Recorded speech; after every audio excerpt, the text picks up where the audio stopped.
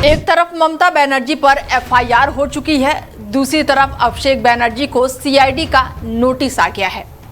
Bengal police ताला तोड़कर अभिषेक के घर में घुसकर तलाशी ले रही है। अभिषेक बनर्जी के सबसे बड़े राजदार को बंगाल पुलिस 3 दिनों से खोज रही है।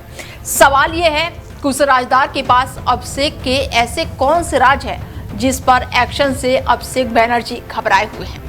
ममता बनर्जी क्यों भागी सुबह 4 बजे अभिषेक के घर पहुंची और क्या अभिषेक बनर्जी को अब पता चल गया है कि उन्हें जेल जाने से कोई नहीं बचा सकता। क्या अभिषेक बनर्जी की मुश्किलें बढ़ती जा रही हैं? क्या सीआईडी की लगातार कार्रवाई टीएमसी के दूसरे सबसे बड़े चेहरे को घेरे में ले रही है?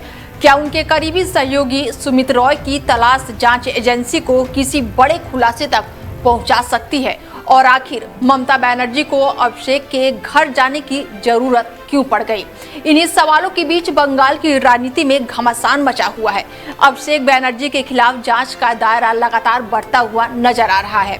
एक तरफ उन्हें कथित हेट स्पीच मामले में सीआईडी का नोटिस मिला है, तो दूसरी तरफ उनके करीबी सहयोगी और निजी सहायक सुमित रॉय की तलाश में पुलिस की सक्रियता चर्चाओं का विषय बनी हुई है।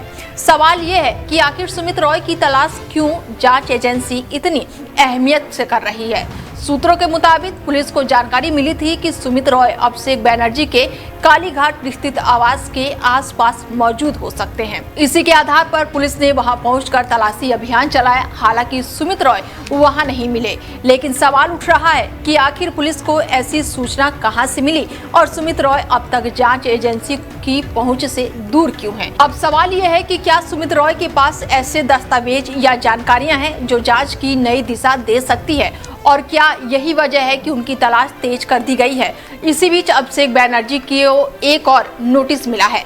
सीआईडी उन्हें जांच प्रचार के दौरान दिए गए कथित भड़काऊ बयान के संबंध में पूछताछ के लिए बुला रही है। सवाल यह है कि क्या लगातार मिल रहे नोटिस सिर्फ कानूनी प्रक्रिया का हिस्सा है या फिर इसके पीछे कोई बड़ा राजनीतिक संघर्ष चल रहा है। अभिषेक बनर्जी का कहना है कि उनके खिलाफ कार्रवाई राजनीतिक बदले की भावना से की जा रही है। अभिषेक बनर्जी का तर्क है कि यदि उनके बयान पर सवाल उठाए जा रहे हैं तो अन्य नेताओं के विवादित बयानों पर भी समान कार्रवाई होनी चाहिए।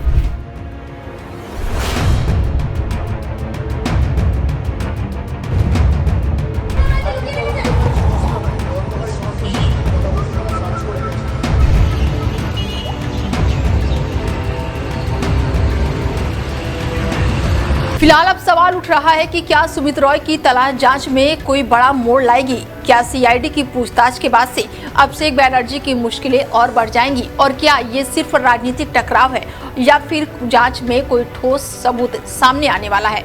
इन सवालों के जवाब फिलहाल जांच के अगले कदमों पर टिकी हुई है, लेकिन इतना तय है कि बंगाल की राजनीति में ये मामला आने वाले दिनों में और गर्माने वाला है। फिलहाल इस खास पेशकश में मेरे साथ इतना ही। बने रहिए आप हमारे साथ और देखते रहिए DL 24 भारत। नमस्कार।